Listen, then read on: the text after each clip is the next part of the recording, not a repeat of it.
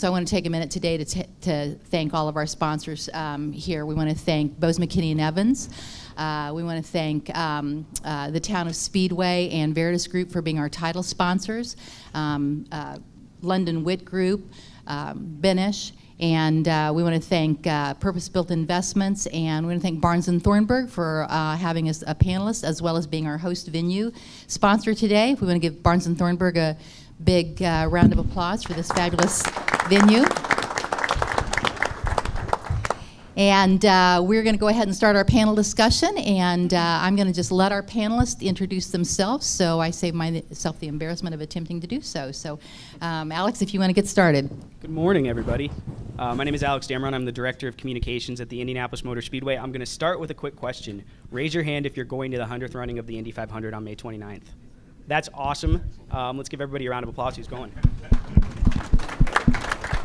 So my message to those of you who have not purchased your tickets yet is buy them now. We are anticipating very shortly to announce the first sellout of seating at the Indy 500 in nearly 2 decades. So really exciting announcement for all of us. Oh, a question already. Does that mean if it's sold out, does that mean the blackout goes? We'll talk about that later. But obviously very exciting year for us. I'm really happy to be here talking about all the good things happening at IMS, but of course the town of Speedway as well. Before this, I've been on the job for about 7 months, so my first race is a really important one.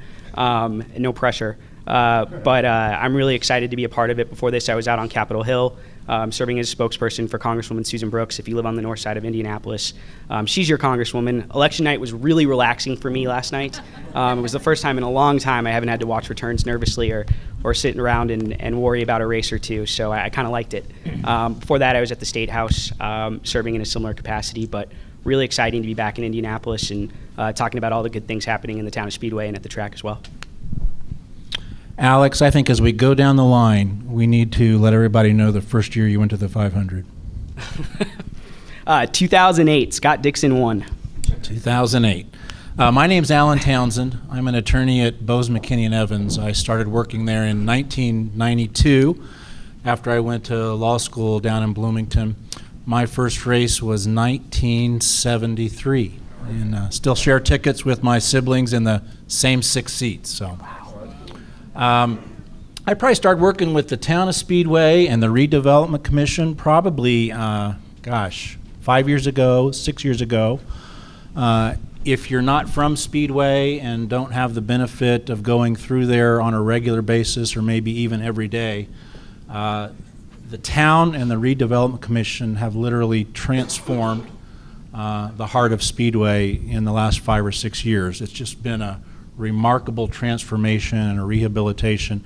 Everything from the realignment of 10th Street down in front of Allison to redoing Main Street, the north-south link between 10th Street and 16th Street, and then putting the roundabout in at 16th Street, which improved probably one of the most dangerous intersections in all of Marion County, and just made traffic flow much better, much more smoothly. I've had the benefit of just working with lots of remarkable people to make projects like that happen in cooperation with other law firms, the town, the Redevelopment Commission, and really a lot of the businesses out in that neighborhood. We'll hear more about that later, but glad to be here today.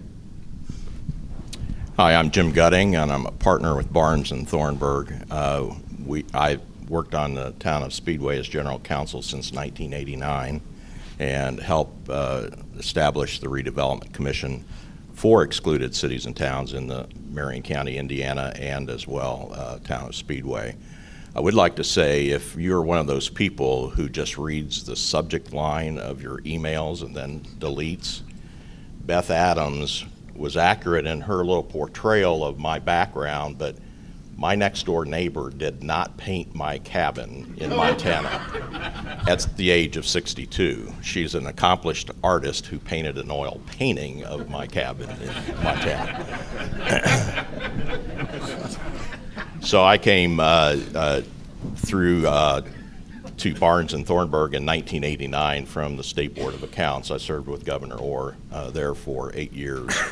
And unlike Alex, I'm a township chairman in a political arena, and yesterday was about 18 hours, and I had to set 2 alarms this morning to make sure I got up for this meeting. So, but it's been a pleasure to work with the professionals and the team at the town of Speedway. They've come a long way, and it's been an interesting endeavor. Where are you originally from, Jim? A small place called Jackson County, Indiana, at Seymour, where others are from as well. When was your first 500? First 500 was probably 1965. My cousin was the head of Goodyear Tire and Rubber here. And my last race was with Alan in 1973 after 3 days of rain, and I said, that's enough. So. Well, good morning, everyone. My name's Ian Nicolini. I'm the town manager in Speedway. My first 500 and first Grand Prix were actually the same year in 2014. In fact, my first day on the job in Speedway was the inaugural Grand Prix, which I've got some stories about how that one went, but I'll share them over a beer sometime. Like I mentioned, I have the pleasure of serving as the appointed administrator for the town of Speedway. I'm sort of filling in an economic development role as well. Connie mentioned at the start here that about at least half the town of Speedway is here, and I want to recognize the members of our team are appointed and elected officials that really have put a tremendous amount of effort every single day and make it possible that we can sit up here with this team and be talking about all the awesome stuff that's happening. So I appreciate all you guys for coming. It's not even early for them, it's early for me. If it seems rude, I might check my cell phone on occasion during the panel. Our doctor says that my wife is due any minute now. So fortunately, though, the due date is race day. Of course it is. I was telling someone earlier that I'm not a town planner, as it were. I'm a town manager. So we'll get her in the right law school, but we certainly weren't thinking about what was happening 9 months down the road. So anyway, looking forward to talking with all of you about all the cool stuff going on at Speedway. Cheers. Good morning. I'm Bob Swins. I'm a partner with the London Witty Group. We're a CPA firm located here in Indianapolis, but I have devoted my entire career to municipal finance. I kind of grew up doing municipal finance in the 90s with when Steve Goldsmith was mayor and doing a lot of the development work in downtown Indianapolis. My experience with Speedway hasn't been as extensive as some, although I drive through Speedway twice a day, every day on my way to work as a West Sider. But I've only had the fortune to work with the town over the last couple months in trying to assist them with their economic development plans and their financings. I guess as a side note, I really started with the State Board of Accounts right out of school, and just to talk about how old some people on this panel are, Jim Gutting gave me my first job with the State Board of Accounts. And we just look forward to working with Ian and the town and seeing the progress. I guess I would echo in those, I've been driving through Speedway since about 1983, 84, and the transformation of that town has been phenomenal. It is not the same place that it was that long ago. So we look forward to working with them and seeing more great things happen.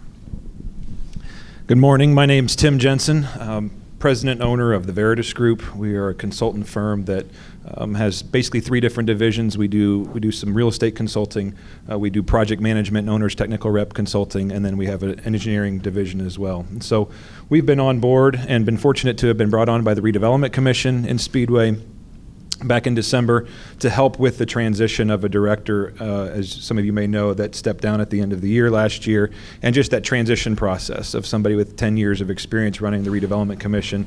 We had helped them on some smaller projects, and so they asked us to step in and kind of fill a gap until they decide what it is they're going to do for the future of Speedway. Speaking a little bit about, Jim, we asked how old you are. You may have you may have started before Ian was born with the town of Speedway. I'm not sure when Ian was, probably a child of the 80s, right, Ian? Yes. Okay, so Yes. My first race, I actually remember my first race because it was not that long ago, but growing up in Indianapolis, I do remember the first day that my dad took me out of school in 1984 to come watch Carb Day. We didn't have the money to actually go to the race, or now I know it was more my dad's patience, not necessarily cash. But he had no desire to fight the crowds, but he would always take me out of school because Fridays were a much lower crowd day and we could kind of wake our way around the Speedway. So I was hooked on that. Got married in Wisconsin and actually moved my wife back here in 2006. And then we went to our first race when my wife was 8 months pregnant in 2012. So she was the one who wanted to go. She said, "I've never been. I have to go." And I said, "Really? Like, this is the year you want to do this?" And it was about 98 degrees, I think, most of the day. Good memories of that. Because of that was our only memory, she's never wanted to go again.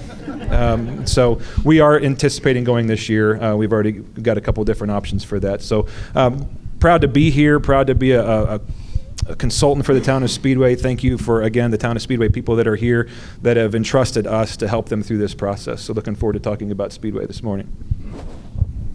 And I'm Jeff Abrams. I'm the partner in charge of the Indianapolis office of Benish, and I was asked to participate primarily because while I was in high school, my first race was getting to the golf course around 5 o'clock in the morning with one of my mentors, jumping on a golf cart, and then catching as many people as I could with large coolers, offering them a ride from where they were walking in to their seat for $10.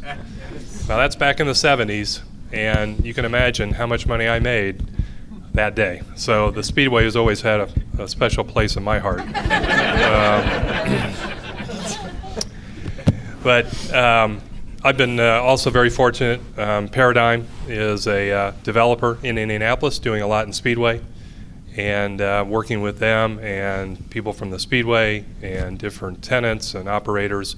So there's a lot going on, and we're really pretty fortunate to see what's going on. I do want to thank Ian for bringing his people here, particularly if this crowd gets a little riotous. There is law enforcement back there, so please stay in your seats. Before we get started, I want to, I guess, pose the question to Ian. I think Long's Bakery is outside the town limits, but everybody kind of thinks of Long's as Speedway. And it might be helpful to help explain a little bit about really what the town of Speedway encompasses and a little bit of history as to how that's evolved. Sure, and actually it's a pretty common question for us. So Speedway consists of about 4 3/4 square miles, which is about as small as it gets. We're an enclave of Indianapolis. In other words, we are beset on all 4 sides by the incorporated county of Indianapolis and Marion County. Generally, our boundaries are on the eastern boundary of the golf course at the Indianapolis Motor Speedway. To the south, it's basically 10th Street and most of Allison Transmission, 30th Street to the north, and then roughly High School Road and 465 on the west. So it's actually a lot smaller of an area, I think, than maybe the sort of Speedway sphere of influence. If you're going down 16th Street or you're going down 10th, you'll see a lot of businesses with Speedway titles, but actually our incorporated town.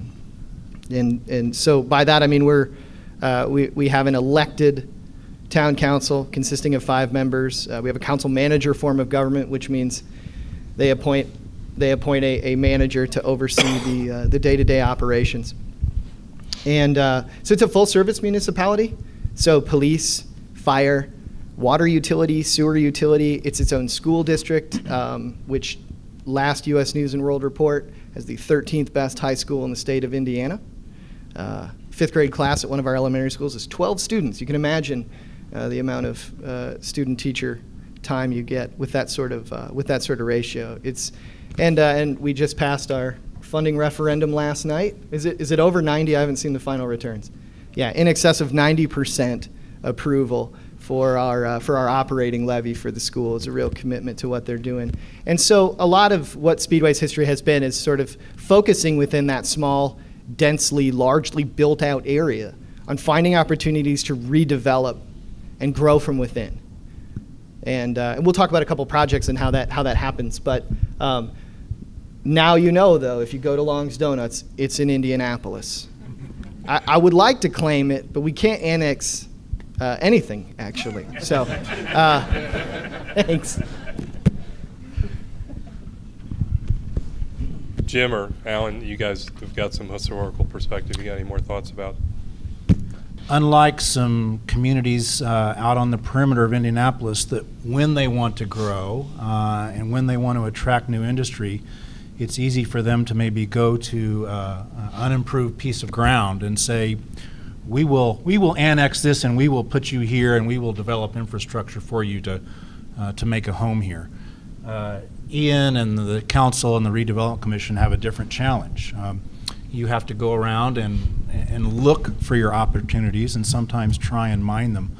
And a lot of that has come in the form of rehabilitation. When the redevelopment commission with Jim's help started down this path probably in 2004 and 2005, I think what's happened out there is a textbook example of how the redevelopment statute in the state of Indiana is really supposed to work. So let's get our representative government involved. Let's hold public hearings, and let's see if we can designate certain geographic areas within our borders that everybody agrees that is in need of some redevelopment. And that's really, for those of you who don't deal with the minutiae of these statutes all the time, like Jim and I do, that's how the Redevelopment Act in the state of Indiana is supposed to work for those communities who elect to take advantage of it. So that's a lot of the work that Jim and his firm did, was to study how is this going to come about and where can we make it come about. And then where I've had the opportunity to help out is actually go in and execute upon the plan. So when you're on Main Street and you see really a lot of what used to be old, underutilized, that's been transformed into new and properly utilized, and you now see that it's a magnet for development in the community, that's all because of the work of the council and the redevelopment commission and the town managers. So even projects where we're creating new and improved infrastructure on 10th Street and 16th Street, it's all done with an eye toward what can we do to rehab the infrastructure here to make this a more desirable place for businesses to locate, for families to relocate, and to help a now thriving community continue to grow. And probably one of the things that's impressed me the most working with the town and the redevelopment commission is the cooperation we get from really all the constituents of the community. There are few things more painful for a business owner to go through than a road improvement project right outside their front door. And I see Mike McBride from Structure Point smiling because, he's lived this again and again in his work at Structure Point and before that at Carmel. But that really can turn a business owner's life upside down. So how do you deal with that? Well, you meet with them, you work with them, you try and develop a construction plan that is absolutely as tight as possible, so you limit the amount of disruption. And it's really been a remarkable cooperative process from the government to the business owners to IMS to make all these projects come together the way they have. I predate all of this ease of operation back into the time when the town of Speedway, and that's not because I'm old, Bob, it's because the town was a pretty sleepy village at the time in the early to mid-90s, and then started to awaken with the Redevelopment Commission. And I say that because the focus on redevelopment really didn't take place in Marion County until the Fort Harrison Reuse Authority was put in place in 1995 on the east side of town. And then it was apparent that no one had ability to do any redevelopment except for the city of Indianapolis. So there became a movement to go forward and put the excluded cities and towns in a position to have their own destiny. There was in the late or early 2003 or 4 a task force that was put together by the town of Speedway to actually analyze what the future of Speedway might look like. Gary Rakes is here. He's on town council. He was one of those members. I worked with that group. There were others involved, Don Fisher. But that group started from scratch with no idea of what Speedway could become, and then tried to figure out where the assets and the opportunities were. And that focused on the space between Marathon Oil on the east side, Main Street on the west, the Speedway on the north, and Allison on the south. Now, that area, other than Main Street, has not received a lot of projects and a lot of construction at this point. However, it was the main focus of the Redevelopment Commission and the task force to start with. And that was a sometimes bitter conversation with the citizens of the town of Speedway. There were a lot of meetings, a lot of differing opinions on how to go about this, and that the fair amount of the business owners in that area were very reticent about making any changes. So as you will see, that place is still in an opportunity in progress in many cases, but Main Street took off and accepted the challenge. That plan included the relocation of 16th Street away from the racetrack down to the curve in the creek, and the realignment of 10th Street, and we've gotten one of those items accomplished.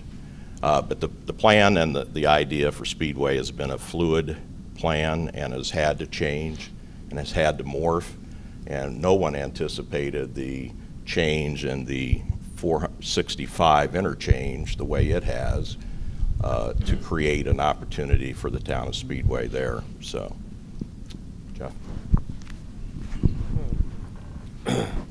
There's, the Speedway, the town of Speedway. I mean, if you lived here in the 70s and the 80s, you've seen a lot of transformation. You've seen a lot of buildings torn down, and Ian, while you don't have quite the longevity of some of the people here, I think it'd be helpful to provide some insight as to how some of this has evolved and how the town has been able to get where they are today. Well, I think, firstly, Jim had mentioned this sort of, Jim and Alan both had sort of mentioned the interaction with citizens as part of that process. And I kind of go back to the referendum last night as an example because it's fresh in my mind, that we have buy-in. When I moved to Speedway 2 years ago for this position, it was impressive to me that how consistent the citizens were in wanting advancement and development and appreciating property values and new things to do. They wanted that experience of Speedway to take place in Speedway. And so I think having that buy-in, having a team of great professionals and a number of community leaders elected and appointed that are willing to pick up a lot of the slack and to advance policies and advance incentives and agreements and to engage in, land transactions, to utilize TIF funds, to sell bonds, to change statewide policy, all aimed really at incenting and creating development that's going to strengthen the neighborhoods in Speedway. And so I think that, specific examples, Speedway had a tremendous amount of hotels that were in pretty poor shape. That's my diplomacy for the morning. 1,200 rooms were demolished to make way for new development that's taken place, and talk about what's kind of on the horizon later on.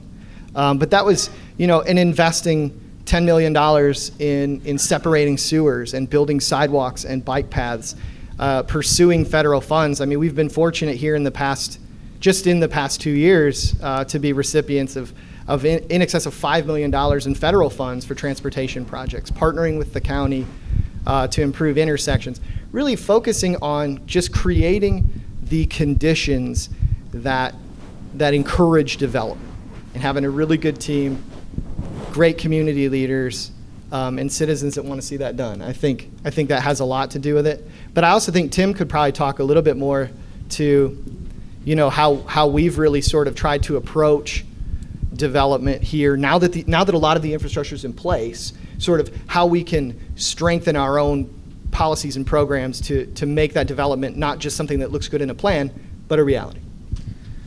Yeah, so one of the things that we focus on as we work with communities across the state is turning those plans that so many people do so well into actual projects.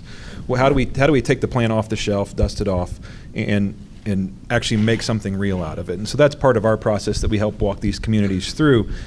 And working across the state, I will tell you that in town of Speedway, they have something that nobody else has, right? They have something actually that nobody else in the world has, which is a 2.5-mile oval that is the heart and soul of their community. And I think people who have grown up there, I've talked to a lot of different people. I did not grow up there, but talking to a lot of people over there, some of them, and a very minority of them, don't even realize that it's an asset. They almost see it as a bother because it's traffic and it's more people and all these different things. But I think the majority of the people, and especially the council and the redevelopment commission, are in these positions because they firmly believe, and even the staff, they firmly believe that this is our community and this asset in our community needs to be used and utilized and just kind of be our beacon as to the world. Because once a year, sometimes twice a year, you're on the national stage, if not the international stage, as a community. And so, and now, as they take the blimp and the aerial shots and all the different things that are going on, if you go back and look at those and how that's changed over the years and how that will continue to change over the next few years. So one of the first things we did is Ian and I get the privilege, I hope it's a privilege for Ian, but we work together almost every day in the town of Speedway. And we push each other. We're encouraging each other, but at the same time, we're challenging each other to how do we make Speedway a better place to develop, right? We want to attract developers to Speedway. It's a unique place. As he said before, there is no room to expand. We don't have greenfield areas. We're down to basically one, which is that interchange at 465 and High School Road, and Crawfordsville Road over there, which hopefully we'll have a few proposals delivered to us on Thursday this week. So, we're down to one opportunity that's a greenfield, basically, and everything else is redevelopment. And so the one thing that we've challenged our policymakers to consider is really implementing a process by which it can be defined. Okay, so one of the first things that Ian and I did was we put together an economic development process for the town of Speedway, which has since been adopted by the commission and the council as kind of the process that they want to walk through. The one thing that I've experienced with developers, and former life was with a developer, is that developers want to know the process. They don't want to be surprised by anything. They want to understand what is going on. If there's something they need to account for, they will account for it. If it's a fee, they'll account for it. If it's a schedule, they'll account for it. But walking into communities that don't have processes is very frustrating because you get so far down the road and you don't know what's going on, and you have one person telling you one thing and then somebody telling you something else, and it becomes very conflicting at times. And what it does over time is it pushes developers to the communities that do want and have a process defined. And so one of the first things we did, and now looking forward, is with this process. We're working, and we'll probably talk more about this in a minute, but we're working our first project through this process, which is a $40 million mixed-use project, which is going on the corner of 16th and Crawfordsville Road, just south of the Motor Speedway. So as that blimp comes up this year, you might see a groundbreaking happen, right? But over next year and the year after that, you should see a mixed-use building with hotel and condos and everything else that's going up on that corner, which is going to only continue to drive the Main Street redevelopment in the future.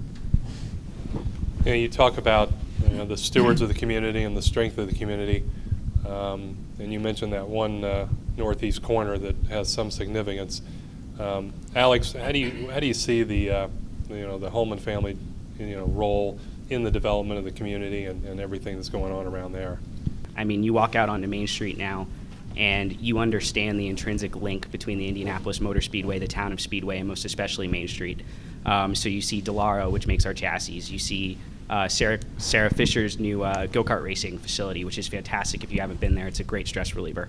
And you also see, of course, Foyt Wine Vault and all of these excellent things that are sort of really about tapping into the history of the Indianapolis Motor Speedway and the town of Speedway itself. And what's great is, from a customer satisfaction perspective, is a few years ago, someone visiting our facility, and if you've been to our museum and you look at our sign-in sheet, you see Japan, China, South Korea. You don't see North Korea, but you see people from all over the world who come to visit the Indianapolis Motor Speedway, and now they are coming to visit the town of Speedway too, because they can have a full 24-hour experience out there. They can come to the museum, they can take a lap around the track, and then from their perspective, they can go drink a glass of wine, sort of, with AJ Foyt.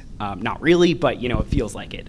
And they can go learn about all of the technology and all of the innovation that goes into doing what Dallara does. And then it ties into the theme for the town of Speedway, because really, at this same year that we're celebrating all this forward progress and all this momentum at the Indianapolis Motor Speedway, we're also celebrating all this forward progress and all this momentum for the town of Speedway.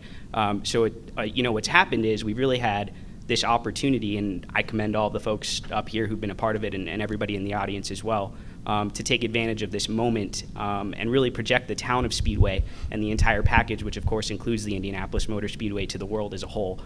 10 million viewers, maybe more, during the month of May.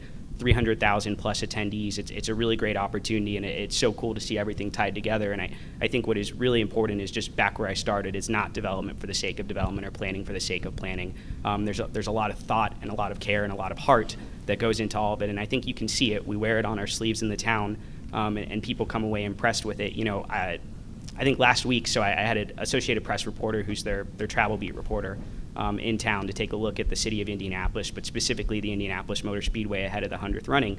And she'd been to the Motor Speedway, I think, maybe sometime in the 80s, and didn't quite understand all of the development that had happened. So we wrapped up, we took a lap around the track, we did all these fun things at the Speedway. Excuse me, but I said, afterwards, let's go take a walk down Main Street. So we parked my car, and we walked down Main Street. We stopped at the Foyt Wine Vault. We walked into Dallara. Of course, they're so busy, they were about to start an event, so I had to say, please let me take a walk around. We went into Sarah Fisher's new place, and she was just blown away. And that's fantastic, and it's cool, but it speaks to the larger power and continued opportunity that I think everybody on stage and in the audience has an opportunity to be a part of. And the other thing I'll say is, when you talk about innovation and you talk about progress and you talk about all the great things happening at the town of Speedway, so our track, which is over 100 years old, opened in 1909, is about to celebrate its 100th running. It's important that we not stay static as well. It's important that we continue to improve and continue to do new things. That's why we're bringing the Red Bull Air Race to the Indianapolis Motor Speedway in October. It's also why we're wrapping up something called Project 100. So for those who don't know, Project 100 is our $90 million plus renovation project ahead of the 100th running. We're completing phase 3 now, which involves new rows of grandstand seating along the front stretch, a brand new awesome Gate 1 entry pavilion, a new track fence. For the most part, all manufactured and completed by Indiana companies, so that's really fantastic. But one thing that I'll say is the town of Speedway recognizes how important the development of the Indianapolis Motor Speedway is to the town itself. So they've been great partners in being able to make this happen, and I think they're going to be really excited when we unveil the new Gate 1 entry pavilion, and you see how it sort of blends into the roundabout, which then leads you directly to Main Street. You understand, again, not just planning for the sake of planning or development for the sake of development, but real heart and real investment in the process. And I'll also add, obviously, for us, I will say with Project 100, clearly the support of the Indiana General Assembly was so important, and we're so thankful for the opportunity that the Indiana General Assembly has given us, and then the trust that they've placed in us. They've bought into the idea that the Indianapolis Motor Speedway is a huge and fantastic asset for the state of Indiana, and I see Jerry Torr right here. Let's give him a round of applause. One of our fantastic Indiana General Assembly members. But an asset for the town of Speedway, but also an asset for the state of Indiana, and I think Project 100 is a great reflection of that. But I just, as you go to the Indianapolis Motor Speedway, and I'm rambling at this point, so I'll turn it over in a second, but take it all in, but don't just think to yourself, oh, it's kind of cool that this all happened. Know that there was a thought process behind it, and it's something special and it's something unique that should be celebrated. All great points, Alex. And let me just follow up on that with a for instance.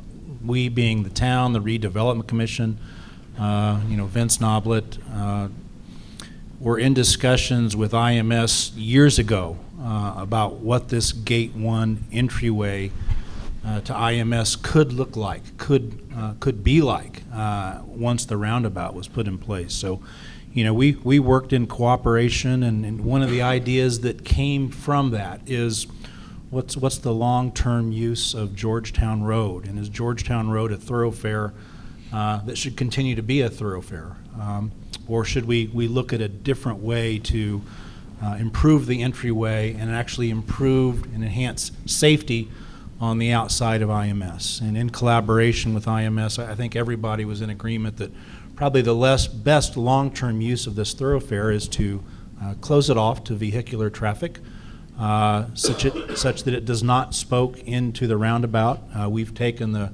first step to accomplish that. And one of the unique things about being an excluded city is while you call yourself an excluded city, it doesn't mean you get to make all your own decisions on projects like that. So we went through a very laborious process down at the city-county building and public hearings to close off the southern end of Georgetown Road. But I think in the long run, everybody's going to look back at that and go, great idea, much needed. It's going to make a more attractive gateway to IMS, and it's actually going to make everything on those congested days safer and easier to police. I would also add on the legislative front that the legislature not only was effective in providing the Speedway with funding, but within the Motorsports Investment District, the legislature also provided nine new liquor licenses that allowed the Main Street development to take place with the types of establishments that are now part of that process. And Ian has had the yeoman's effort in taking care of that process and making that effective, and it's been carried out. But without that, we may well have had a much different looking Main Street today. Well, yeah, I mean, liquor permits are apportioned by population. When you have 12,000 people, you don't have a lot of permits, but we don't get to size our sewers for 12,000 people. We have to size those for the race day. You could actually walk through the one on Main Street. Not that you should. It wouldn't be safe. You need confined space training and a clothespin. What we wanted to do, though, and the commission council set out very early saying we wanted to incent restaurant development. It's very difficult if you can't sell alcohol on premises. So, I mean, that legislative effort made a huge deal. And if considering this is a real estate people meeting, I might as well make a pitch that if there are any high-quality restaurateurs that you guys know about, we could hook them up with a liquor license now, as long as it's on premises and a high-quality restaurant and goes through the proper legislative process that the General Assembly was generous enough to afford the town of Speedway, that communities up north have subsequently stolen. I saw that article. That's good, though. It's a good way to develop a local economy. I'll give you guys a really good example of how those licenses matter and make life easier for the Indianapolis Motor Speedway. So obviously the one I used before is just the ability of folks to come here and celebrate racing any day of the year. But on race day, especially this year when we're anticipating larger crowds than we have previously, for folks who don't want to leave right away because they don't like to sit in traffic, this year more Main Street businesses than ever before are going to be open and serving after the race. It's a great business opportunity, great opportunity for the local economy, but it's a great opportunity for us to increase the customer experience. A lot of people don't like to sit in lines on the way out, so now they can go to Daredevil or they can take their family to Foyt Wine Vault or any number of great businesses that we have on that street. So good for the economy, but also makes operational issues much better for us. And the other thing I'll say about the importance of those licenses is, if you look at the street, it's got a great sense of history. But there really is also an effort to make it attractive to all age groups. So if you look at Daredevil and you look at Sarah Fisher, there's a great opportunity to take those 30,000 Snake Pit partygoers and also have an experience for them on Main Street and something that's relevant to them. So not only are we looking back, but we're attracting a new generation of individuals who are going to come to the Speedway and think this is really cool and invest in the experience that the town provides. I'm not sure putting all those Snake Pit attendees after 5 hours of the race in a race car is such a great idea, but I'm sure there'll be a sobriety testing. You get some time to rehydrate, take a nap, and She'll probably then have you're ready to go. breathalyzers before people get into those cars. I want to emphasize that the liquor permit issue really was huge. We were involved with Circle Center when it got off the ground. And the problem with liquor permits is that if you're an incorporated town or city, as Ian said, you only get a certain number of permits. And in most cities like Indianapolis, Speedway, Lawrence, all those permits have already been taken, they're used. So you've got to go out in the market and try to find one. So a lot of times they would knock on doors of smaller restaurants, mom and pop shops, saying, would you consider selling your restaurant? We really just want to buy your permit. And the price goes up substantially. And it has fluctuated over the course of many, many years.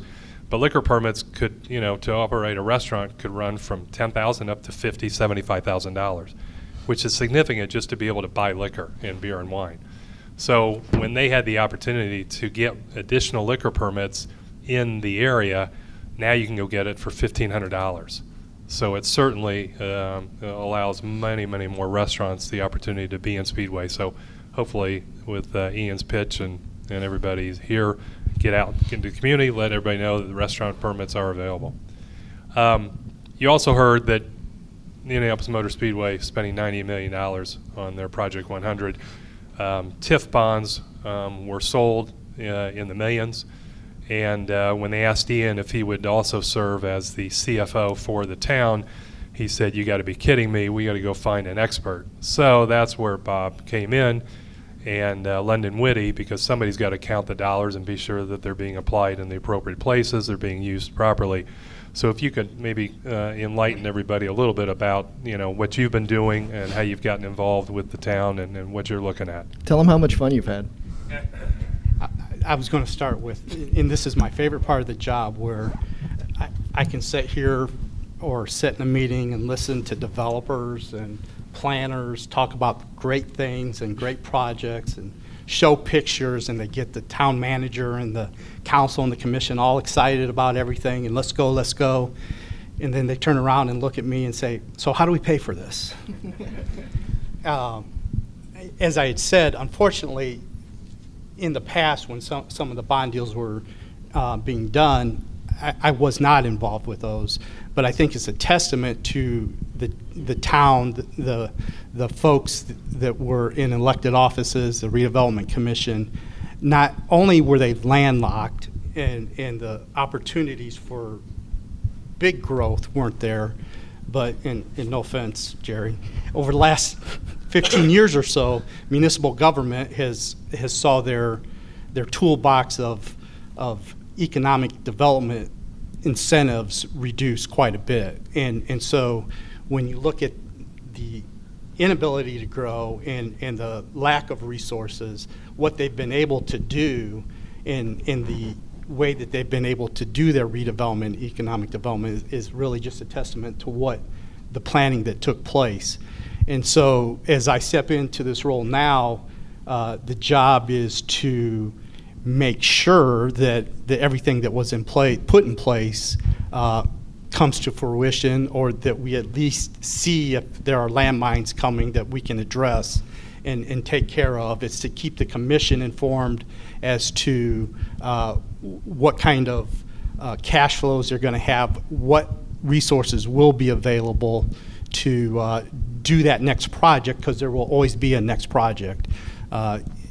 You may be doing something that you think is the greatest thing in the world, and 2 days later, the next greatest thing in the world comes along. In not only the planning from the economic development side, but financially, how to address those so you don't miss those opportunities will be important. And again, we just look forward to being involved with that process.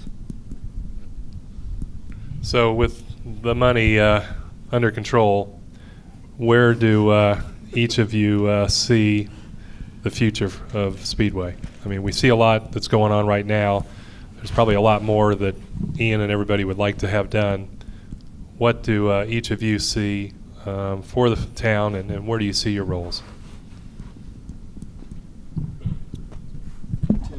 They pointed at me. So I think we are now, beginning of May, I've been working with Ian for about 5 months on this, and we've got our arm with Bob's help and Jim and Alan, and we've kind of got our arms around what we have and what we believe is coming. That's been a lot of meetings back and forth and understanding and challenging assessed values and going back and taking a real deep look at a lot of different things. And I'll let Ian and Bob potentially talk about some of the restructuring they may be looking at doing. But, I think from our perspective and the economic development side is we have 3 requests for proposals on the street right now, which are due tomorrow. Okay, they've been out for 5 or 6 weeks. But we're looking at 2 different properties on Main Street. One of the first things I did with Ian and the Redevelopment Commission was say, please let me look at all of the property that you own, right? And so I drove around Speedway and looked at all the property the Speedway Redevelopment Commission owned, and I realized that we were some of the biggest slumlords in inside the town of Speedway. And so we said, we have some spots right on Main Street. I'm like, who owns that building? Why is nothing happening? Well, we own that. We've owned that for a while, right? And so we, and with the leadership of the Redevelopment Commission, we presented to them, said, hey, let's try to put this on the market to see what we can get. Some of you may know, you may not know, the process for Redevelopment Commission to dispose of property is very carefully defined by statute. And so part of that process, and I'm not an attorney, so I'll let those guys talk about it, but part of that process includes offering it out or doing a request for proposals on those pieces of property. And so we went ahead and issued 3 RFPs, 2 on Main Street, 2 smaller pieces on Main Street that we've owned for a while, and then of course the 2500 North High School Road, which is the 20-some acres out 465 in High School Road, which, as was said before, there was a project on that did not come to fruition. So the town, through that process, assembled all that property, and now we have maybe the only 23 acres on the 465 loop in a high volume corner, right, where a couple interstates come together and so on. So I think it's exciting. We're again, we sell land. We got projects going on. Ian can talk more about how much we have under construction now, what's on the table. I see some developers in the room. I know Paradigm's here. Their project out there at High School Road and Crawfordsville Road is a $20+ million investment that they've been doing earthwork and getting ready to go vertical here very soon on some projects out there. So all that's very exciting. And then the things that we have coming up, I think, are even more encouraging. And to know that at the end of the day, there's still going to be some of those tools in the toolbox to look at what that next project looks like. It's kind of weird. The biggest issue that we're facing right now is where to park everybody. I know Alex probably knows a little bit about that too. There's no issue with that, Ian. I mean, just a couple of years ago, it was like, what are we going to bring here, and what's this going to look like now that we've done all the things that we needed to do to incent development? Now we don't know where to park people. I'm like, hey, park them in the neighborhood. Maybe they'll buy a house. By the way, some of the best schools in the state. I'm just saying, it's a great time to buy a house in Speedway or 4. Well, I guess so. If you're looking at what we think the future holds, I think it's important for us to kind of talk about what's going on right now. We got a major announcement coming out tomorrow about a tenant that's we are just absolutely thrilled about. It's going to diversify the business community on Main Street, bring additional clientele, people that we think, frankly, are going to want to live in the apartments and condominiums that Tim mentioned in the Wilshaw project. Be able to attract, highly skilled professionals to the community, not only as a business investment, but as an investment in the neighborhood. And I think that really has to be our focus. This commercial economic development, especially at the hyper-local level like we're doing it, has made a huge difference in Speedway. But the next step for us is using that growth to spur additional development in our neighborhoods. So we're working with a citizens group right now in our local community development corporation on a housing grant program where we're going to be looking at making targeted investments that incent homeowners in Speedway to make additional investments in their property, to bring, to create that rising tide that lifts all boats. Our citizens have made a huge commitment to the schools, and just looking at how all of this comes together. We got, like I said, a major announcement tomorrow, groundbreaking on a new Noah's Animal Hospital next week. We'll be breaking ground on the Wilshaw project later this month. Bigwood Speedway Restaurant opens up Monday. The development at Speedway Indoor Karting, Foyt Wine Vault. We have two major industrial users building their headquarters just behind Daredevil Brewing right now. OMR, which is an advanced manufacturing firm located out of Italy, is building their North American headquarters here. They think they're going to have their first 2.5 acres of a 5-acre project built out and programmed day one at the end of this year. East of that, Juncos Racing, a dominant team in the Indy Lights circuit, and an interesting story about an owner who came to the U.S. and started racing karts and developed this business, and now he's investing millions of dollars to be a part of what's taking place in Speedway to grow his business as it connects to the race culture that Alex talked about. You know, that level of investment, that kind of Alex hit the nail on the head. I mean, it's a sort of it's not planning for the sake of planning. It's taking advantage of synergy and opportunities where we can turn an idea into a reality by working together. There's those shared values that you want in an organization, that momentum, and we think that we have a lot of that. But guys, I will tell you, there's a long way to go for us to feel like we've made a significant impact as an organization. Our council president, Dave Lindsay's here. We had Gary Rakes on our town council was here. They've challenged us to put together an organizational strategic plan in 2016 that's going to dictate how we as an organization, that full service organization that I talked about earlier in the morning, how we can perform at the highest level possible and continue to provide great services and take the momentum that we have now and make that impactful on the people that live and work in Speedway, utilizing tremendous partners at Praxair and Allison Transmission, and strong neighborhoods, great schools. I will tell you, my wife and I just bought a house in Speedway, and moving, obviously, while pregnant was a great idea. But we just did it all. Anyway, I think it's the best investment we could have made as individuals. And if it sounds like a hard sell, I'm sorry. But I will tell you that the opportunities for Speedway to continue to grow and bring benefits to the people because of our great team, our dedicated elected officials, the people up here, it's a really exciting time. And I hope that you guys get a chance to share in it or invest in it or just come out and hang out with us in the month of May. Just the difference from one May to the next has always been a touchstone for us, always been a standard for us of how we grow as an organization. And so I think that'll be our focus. We need to set our strategy, continue to focus on appreciating values and strengthening our neighborhoods, and making sure that that's something that can be sustained. And it's awesome to be a part of it. So thanks. Jeff, I'm sorry, go ahead, Jeff. I'll supplement that with a couple things that, in light of the work that's been done out there already, additional opportunities that I see. You've heard several references this morning to this 20-plus acres out at 465 and Crawfordsville Road. And, that didn't come about by accident. It came about because we had a town council and a redevelopment commission that had their ear to the ground and their eye on what was going on out there when NDOT came in and developed an entirely new ramp system on the west side of Speedway. And they were alert because they were watching, because of the way the new ramp system was redesigned, there was some excess property that was going to come available from NDOT when the ramp system was finished. Now, the challenge in that was sorting through the legal morass of for a ramp system that had originally been put in the 50s and 60s, who really owned the ground that was underneath that old ramp. And we spent a lot of time trying to figure it out.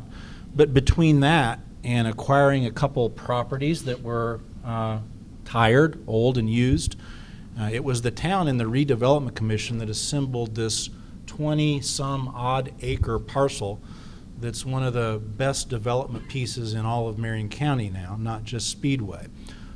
So keeping the eye on the ball and the ear to the ground, there will be other opportunities like that come available for the town.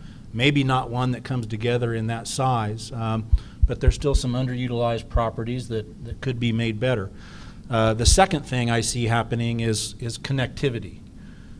With all the dynamite development taking place up and around the IMS on Main Street, stretching all the way down to 10th Street, one of the next challenges for the town and the commission is how do you get people from north of IMS, how do you get people from the neighborhoods down to Main Street when they don't necessarily want to or have to get in a car to go do it?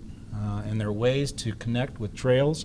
There are ways to connect with sidewalks that it's going to take a lot of things coming together to make it work, but I know that they're already thinking about it and working on it. So that'll be a major plus when that comes to be.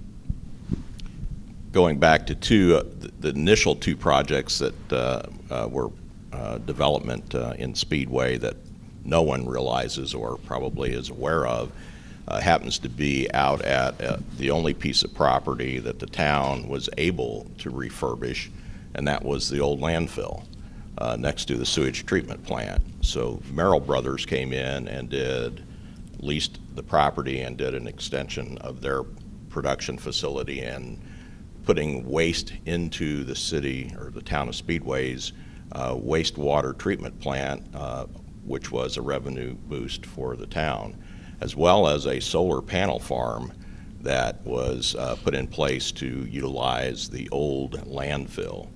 Transitioning through the start of the Redevelopment Commission and Main Street, we had Praxair and Allison Transmission who were the stalwarts of revenues to generate all of the rest of this development.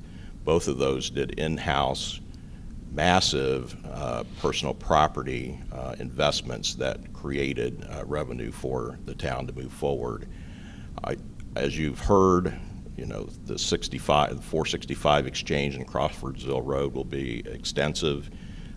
Main Street's not finished. It is still in many facets of that development. But ultimately, as I mentioned earlier, the development of the future is likely to be the rejuvenation of Crawfordsville Road and some of the long-time commercial properties down that way, as well as the property which was the original focus of the task force that many years ago, south of the Motor Speedway in the Marathon Oil area in that property. So that will probably be the hot topics of future panel discussions. Alex? Well, I'm a comms guy, so I'm not going to give you guys advice on how to build roads or whether to go with, you know, retail or housing. But I can give you an answer from my sort of communications marketing vantage point or window. You know, I have two numbers that matter to me the most and that I keep on my whiteboard. One is 100 for obvious reasons, but the next one's 101.